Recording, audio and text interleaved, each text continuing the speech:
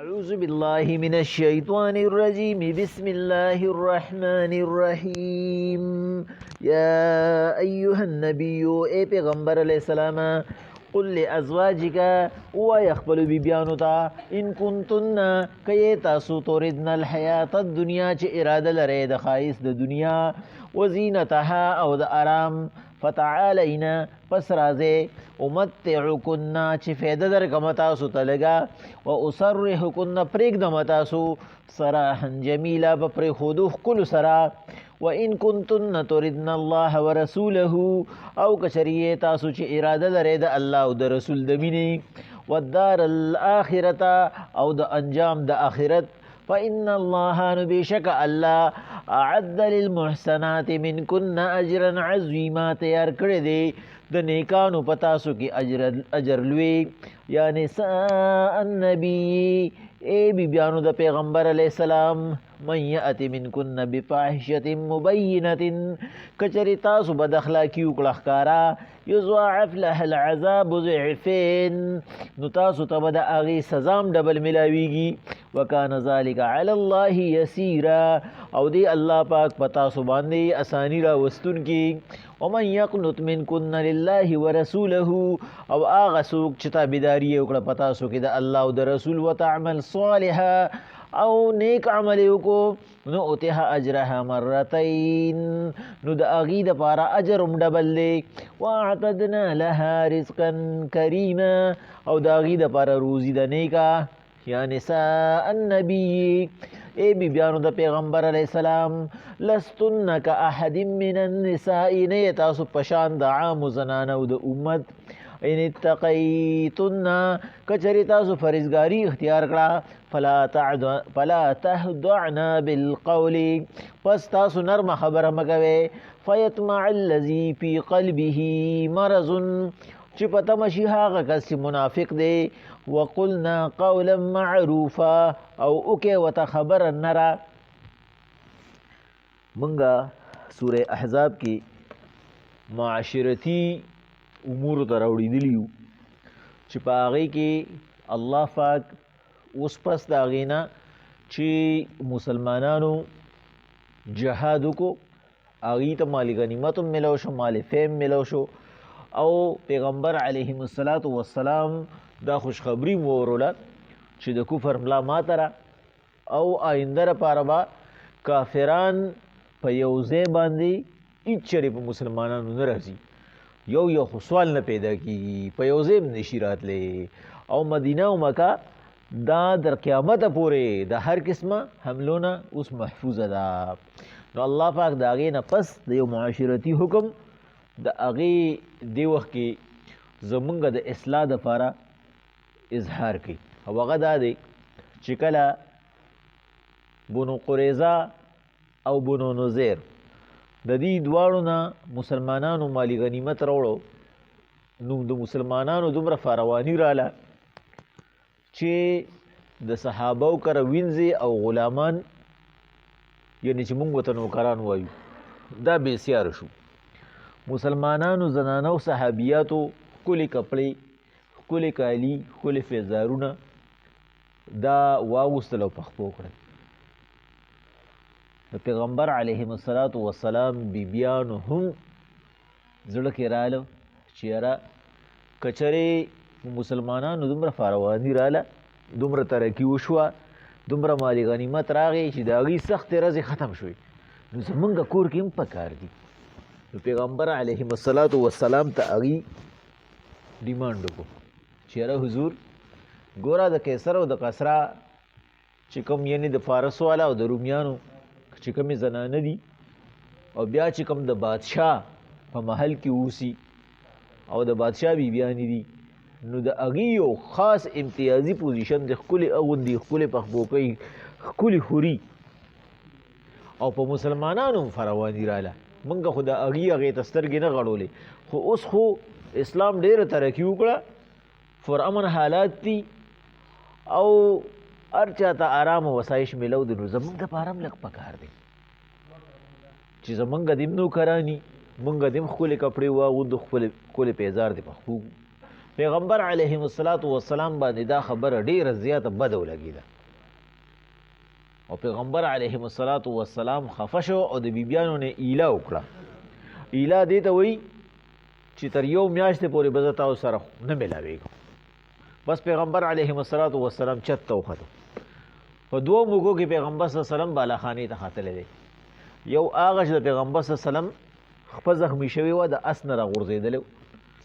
یو دا موږه وه چې د بیبیانو نه پیغمبر علیه السلام خفه شو. په احادیثو کې دا واقعه ډېره په تفصیل سره راغلی ده. موږ به مختصر والو چې عمر رضی الله تعالی عنه وایي چې حالات فرامن شو کله نو موږ د مدینې ښار نه ووتو کلو ته لړو. نو زه او زما یو بل ملګری موږ کلي کې اوسېدو، موږ به نمبر په نمبر راتلو. د پیغمبر صلی الله علیه وسلم خواله و چې پیغمبر صلی الله علیه وسلم باندې به کومه وحی راتله هغې ته به موږ په انتظار وو، بس هغه به مې زده کول او واپس به تلو. نو د عسان بادشاه چې کوم د دې نه پس د هغه په باره کې خاطره وه. د عسان چې کوم دی دا د مصر یو علاقه وه او دې کې نصرانیان یعنی عیسایان اوسېدو. چېرې هغه حمله کوي او هغه ځان تیاروي. وایي ناڅاپه یو ورځ چې کوم دی نو سارې مالې کې زما ملګري راغی او ما ته یې ور وټاکاو، راکېښودې پې. وي زه په منډه راوتم چې ولې څه خطر ده، ولې د عسان بادشاه حمله وکړه؟ وي هغه وایي چې د هغې نه هم خطرناک کار وشو. ما ورته وایي چې د هغې نه به خطرناک سي. وی چې پیغمبر علیه السلام خپلو بیبیانو له طلاق ورکړ. په ما باندې دا خبره وی ډېره عجیبه ولګېده، ځکه چې د دې نه مخکې عمر رضی الله تعالی عنه یو پیره خپلې لور حضرت حفصه رضی الله تعالی عنها چې امهات المؤمنین وه هغې ته پیغمبر علیه السلام په باره کې هدایت ورکړو چې ګوریا د نه خفه نه شي، د هغه نه ګورې مطالبه ونه کړي، د سره خطره وه. هغه واقعه به هم په خپل ځای باندې راشي. بس وی زه را روان شوم رالم، ډېر سخت خفه وم چې رالم په مسجد نبوي کې اوس صحابه ناست دي او جاړي چې پیغمبر علیه السلام خفه دی او د پیغمبر صلی الله علیه وسلم د کور نه هم د جړا آواز راځي. دغه وخت کې د پیغمبر صلی الله علیه وسلم ژوندۍ بیبیانې په نکاح کې نه وې، دوه بیبیانې د پیغمبر صلی الله علیه وسلم وفات شوې وې. کل 11 بیبیانې د پیغمبر صلی الله علیه وسلم نکاح کې وې، په دې کې 2 وفات شوې وې، دا 9 ژوندۍ وې. وی ما یو حبشي غلام ورولېږو چې پیغمبر صلی الله علیه وسلم په څوکۍ ولاړو چې پیغمبر صلی الله علیه وسلم ته ووایه چې عمر راغلی دی. خو ما ته 2 پیرې اجازت میلو نه شو.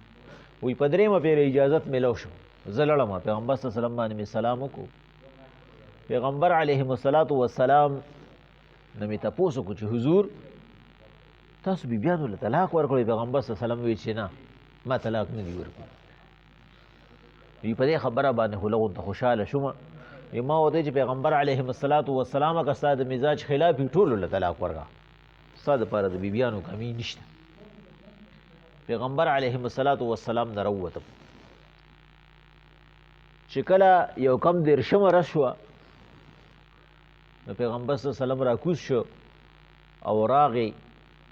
د عایشې بیبي کره. عایشه بیبي وایي ما ته یې ووایي دا آیات یې راته ووایي چې الله پاک آیاتونه را نازل کړي دي چې یا ایها النبی ای پیغمبر علیه السلام قل لازواجک خپلو بیبیانو ته دې ووایه ان کنتن کچری دي تردن الحیات الدنیا اراده لري چې د دنیا اسایشات رنګینې د دنیا هغه ښکلا والي وزینتها ډول سینګار والي فتعالین نو راځئ یعنی ای زما بیبیانو فتعالین راځئ امتعکنا چې زه تاسو له فایده ورکم. دا تمتع څه ته وایي یا متعه؟ دا ویلی شي د طلاقو نه پس یو جوړه یو لپټه اغستل خپلې بیبي له ورکول چې بس یاره زما ستا وخت نه تېرېږي، بس دا به الله ته منظوره وه، هو بس دا واله او ځه نو چې زه تاسو له لږه فایده درکړم. و اسرحکن سراحا جمیله چې پرېږدمه په ښکلې پرېښودو سره ښکلې پرېښودو سي چې بیا درته خلک نه لمسومه چې کله ورپسې تصویرونه وړمه جوړومه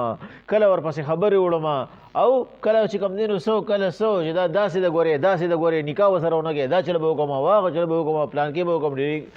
دې ته ویلی شي سراحا جمیله په ښکلې پرېښودو سره. یعنی عایشه بیبي وایي موږ ته پیغمبر صلی الله علیه وسلم وایي چې زما په کور کې اوس دغه شي نشته، زما په کور کې ستاسو دپاره د دنیا اسایشاتو د دنیا آرامو د دنیا خوشحاله دا نشته. اوس مفسرین وی د دې وجه سوا امام رازی صاحب وی پیغمبر علیه السلام ورته دا خبره کول غوښتل چې تاسو زندگی تیره کې د غربت، نو زما د امت چې کمې زنانه هغه په کمزورۍ کې وخت تیری، هغوی په غربت کې وخت تیری، د هغوی د وخت روټۍ نه میلاویږي، نو هغوی به وایي زمونږ میندو داسې وخت تیر کړی دی، نو امهات المؤمنین دي زمونږ میندو داسې وخت تیر کړی دی مونږ پکې څه یو، نو هغوی به ځان له ډاډ ورکوي. حالانکه د نان نفقې مطالبه کول د بیبیانو داسې ناجایز او ناروا نه وه، دا د هغوی حق و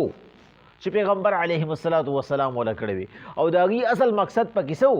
چې پیغمبر علیهم السلام دا یو مفسر پکې دا ویلی دي چې د نورو بیبیانو د راوستو ضرورت نشته، د نور هغه د دې بیبیانو هغه دغه چې کوم دی ته په دې بیبیانو ولګوه، 9 بیبیانې دي بس دا کافي دي، بس زمونږ د پاسه ای مقصد دا و چې بله بیبي مه راوله، بس زمونږ چې کوم دی نو زندګي لږه اسانه که. او د الله پاک خو په هر کار کې حکمت نو پیغمبر علیهم السلام مفسرین وی خاص کر قاضی ثناء الله پانیفتوی سے په تفسیر مظهری کې وی او په بحر کې بحری محیط کې چې کوم دی نو مفسر دا خبره کوي چې د پیغمبر صلی الله علیه وسلم مقصد پکې دا و چې زما په امت په سړو باندې او په ښځو باندې اساني راشي، د سړي وس نشته هغه پیدا کولی نشي. حالانکه چې کله داسې حالات راشي ښځې ته اجازت دی چې هغه د چې کوم دی نو عدالت کې دا وکړي بھائی دې ما د نن نفقه نشي پیدا کولی، ما د لږې وژني، بس ما د نه جدا کړي، نو قاضي به یې جدا کوي، په خپله باندې نشي کولی. یو ترې بله مسله راووته چې دا جایز دی چې یو سړی خپلې ښځې له د طلاقو اختیار ورکړي، ځکه چې پیغمبر صلی الله علیه وسلم ورته وایي فتعالین راځه امتعکن چې فایده درکړمه تاسو ته، بس دا اختیار زه تاسو له درکوم. دا پکې یوه رایې ده. یوه رایې دا ده چې د دې دغه نه چې کوم دی آیات نه واضحه دا حکم نه میلاویږي چې پیغمبر صلی الله علیه وسلم بیبیانو له اختیار ورکړی دی، خو یو قول پکې دا دی چې نه دی نه مقصد دا دی چې پیغمبر صلی الله علیه وسلم وایي بس تاسو ته اختیار دی. او د دې دا خبره کوم ځای کې معلومیږي؟ دا په دې ځای کې معلومیږي چې کله عایشه بیبي وایي پیغمبر صلی الله علیه وسلم ماته دا آیات وایي بیا ماته وایي ورشه خپل مور پلار سره دې صلاح وکړه،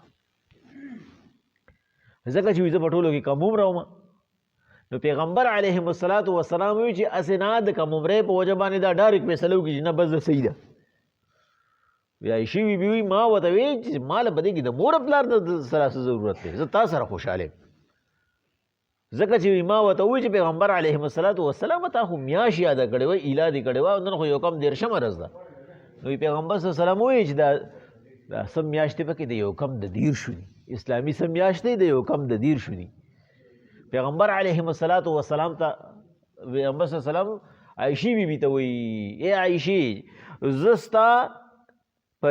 ستا ناراضګي او خوشحالي دواړه پیژنم. او ورته وایي حضور څنګه؟ وایي چې کله ته زما نه خوشحاله او ته یو خبره کوې نو ته وایې چې په رب د محمد مې دي قسمي، او چې کله ته زما نه خفې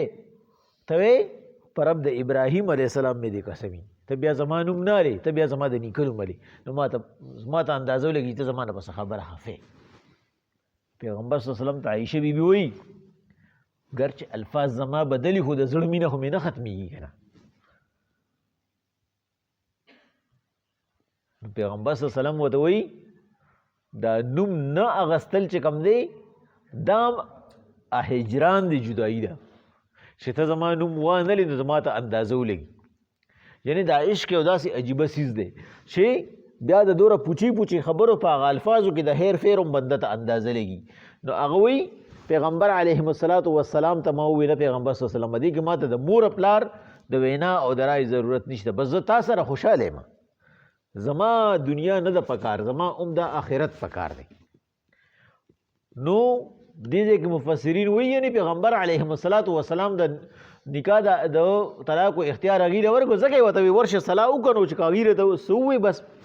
هغه شانتې به منظوره وي. نو ټولو بیبیانو د پیغمبر علیهم السلام سره هغه حالت قبول کو. هغوی ټولو ورته ووایي زمونږه دنیا نه ده پکار، بس دا چې اوس په کوم حالت کې یو دا حالت هم خوښ دی. نو الله پاک ولا د هغې په بدل کې انعامات راولېږل. درې قسمه خبرې ورته وکړئ. وإن كنتن تردن الله ورسوله والدار الآخرة فإن الله أعد للمحسنات منكن أجرا عظيما. کچریه تاسو چې اراده لرئ د الله او د رسول د خوشحاله او د آخرت د انعاماتو، نو بېشکه الله تیار کړی دی په تاسو کې د نیکانو دپاره اجر لوی، چې هغه څه دي؟ مفسرین وایي هغه د پیغمبر علیهم السلام په نکاح کې پاسېدل دي. اوس دې ځای کې یوه خبره بله راځي واړه غونته کې، چې الله پاک چې کوم دی نو وایي مریم بیبي هغه په زنانو کې غوره وه. بل ځای کې راځي اسیه بیبي په زنانو کې غوره وه. دریم ځای کې راځي فاطمه دا به د جنت د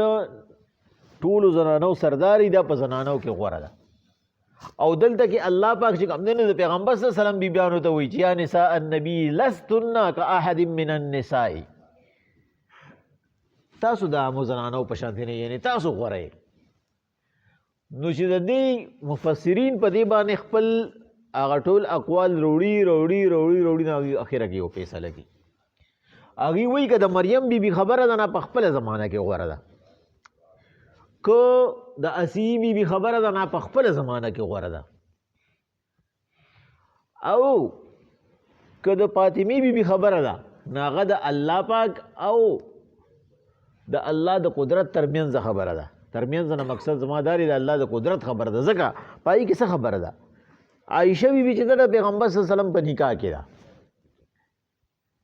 نو د هغې په نکاح په وجه باندې به په آخرت کې د پیغمبر صلی الله علیه وسلم سره عائشه بیبي ولاړې، ولې په نکاح کې د بیبي یې ده،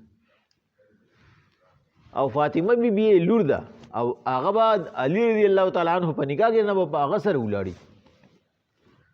پیغمبر صلی الله علیه وسلم غوره شو که نه علي غوره شو. نو مفسرین دې ځای کې وایي دا خبره د الله د قدرت خبره ده، د دې فیصله به الله پاک په آخرت کې کوي، د قیامت په ورځ به کوي چې په دې کې کومه یوه غوره ده. د فاطمې بیبي او د پیغمبر صلی الله علیه وسلم د بیبیانو د غوروالي دا مسله ده قیامت ته پاتې شوه. دلته کې الله پاک وایي هر یو بیبي چې کومه ده هغه چې د کم خاوند په نکاح کې وفات شوي، نو هغه خاوند سره به فرض د آخرت باندې پاسي. نو الله پاک ورته وایي تاسو د پاره ما هلته کې لوی اجر مقرر کړی دی، او اجر دار چې د پیغمبر صلی الله علیه وسلم په نکاح کې به پاسې. یا نساء النبي من یأت منکن بفاحشة مبینه، کچرې په تاسو کې چا راتلو وکړو یو ګناه ښکاره ته، نو د بیبیانو په باره کې ګناه څه دی؟ بحري محیط ولې ډېره ښکلې معنی کړې ده.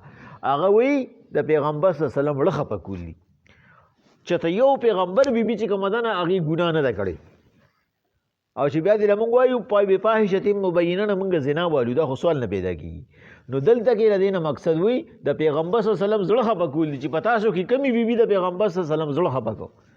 یعنې تاسو کمې بیبي بد اخلاقي وکړه، داسې یو خبره وکړه چې پیغمبر صلی الله علیه وسلم ته خفه شه. نو ګورې یضاعف لها العذاب ضعفین، ډبل سزا به ورته میلاویږي. وکان ذلک علی الله یسیرا، او دا په الله آسان دي، او دا ډبل سزا به ولې میلاویږي. ومن یقنط منکن لله ورسوله وتعمل صالحا نؤتیها اجرها مرتين، که په تاسو کې چا تابعداري وکړه د الله او د رسول او نیک عمل یې وکړو، د هغې دپاره به اجر هم ډبلي. نو چې کله اجر ډبل شو نو په دې وجه باندې ګناه چې وکړه نو سزا هم ډبل شوه، چې نیکي وکړه. درې کسان داسې دي چې الله پاک چې کوم دی نو هغې له د خپل عمل ډبل بدله ورکوي، او د خپل عمل ډبل سزا ول هم ورکوي. په هغې کې یو چې کوم دی نو پیغمبر علیهم السلام چې کله قیصري روم ته خط ولېږه عیسایو ورته یې وایي که ایمان دې راوړه الله به تعالی ډبل ثواب درکوي. یو دا چې ته په عیسایت باندې هم چې کوم دی نو په عیسی علیه السلام ایمان راوړی، چې بل په ما ایمان راوړی. نو مقصد دا چې اهل کتاب هغه په خپل پیغمبر هم ایمان دی، په پیغمبر علیه السلام هم ایمان راوړي، د هغې اجر چې کوم دی نو دا ډبل شو. بل عالم هغه چې کوم عمل کوي نو چې کله هغه نیکي کوي، عالم چې کله هغه نیک عمل کوي نو هغه ته ډبل ثواب میلاویږي. یو د هغه د انسان او د نیک کرداره انسان په وجه باندې، دویم د هغه د علم په وجه باندې، او که ګناه کوي سزا ورته هم ډبل میلاویږي. او بل هغه انسان چې هغه د الله پاک روا او ته روا او ناروا او ته ناروا وي، نو هغه چې کوم عمل کوي نو هغه کامل مسلمان دی، نو هغه ته ډبل په هغې باندې ثواب ملاویږي، او هغه چې سره د پوهې نه بیا ګناه کوي نو ډبل عذاب پې موته ملاویږي. واعتدنا لها رزقا کریما، موږ تیار کړی دی ستاسو دپاره روزي نیکه چې جنت دی. یا نساء النبي لستن کاحد من النساء، تاسو ګورې نه یې د عامو زنانو د امت په شانتې کله ان اتقیتن که چېرې تاسو فرزګاري اختیار کړه، که چېرې تاسو نیک عمل وکړو نو تاسو ګورې د هغې نه ډېرې زیاتې غوره یې. ولې تاسو د پیغمبر په کور کې اوسې، تاسو په نبوي خاندان کې یې، فلا تحدعنا بالقول، نو په هغې کې لومبنۍ خبره څه ده؟ اوچته خبره مه کوئ، پتاوه خبره مه کوئ. فیطمع الذي فی قلبه مرض، چې به تمه شي هغه کس چې د هغه په زړه کې مرض د نفاق دی. په دې کې یو ښکلې معنی د وړه غونته کې کوم محمود علوسي صاحب وایي د دې نه مقصد دا دی چې د پیغمبر صلی الله علیه وسلم بیبیانو که پیغمبر علیهم الصلاة والسلام تاسو ته ووایي چې زه بله بیبي کوم، بل نکاح کوم، او دا منافقانو کې څوک راشي او تاسو ته اواز وکړي، تاسو ته خبره وکړي چې پیغمبر صلی الله علیه وسلم خو داسې وایي، نو څه به کوئ؟ وقلنا قولا معروفا، هغه ته نره خبره وکړئ، نرمه نه، نرمه مخکې تېره شوه چې الله پاک وایي تاسو نرمه خبرې کوئ، نه هغه نرمه مخکې تېره شوه. دلته کې الله پاک وایي قولا معروفا، نره خبره ورته وکړئ. څه ورته وکړئ؟ الله او د هغه رسول ښه پوهېږي چې پیغمبر صلی الله علیه وسلم نکاح کول غواړي، د پیغمبر علیهم الصلاة والسلام ته اختیار دی ودي کي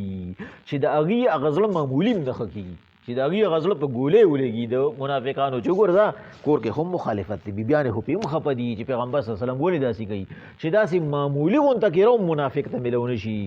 نو دا معنی ډېره مزېداره ده چې فیطمع الذي چې تمه پیدا نشي د مخالفت د هغه کس فی قلبه مرض چې منافق دی. وقلنا قولا معروفا، وهغه ته نره خبره وکړې چې موږ د پیغمبر صلی الله علیه وسلم په هر یو قول و فعل باندې رضا یو چې پیغمبر صلی الله علیه وسلم څه کول غواړي زمونږ د طرف نه هغه ته ممانعت نشته. بسم الله الرحمن الرحیم.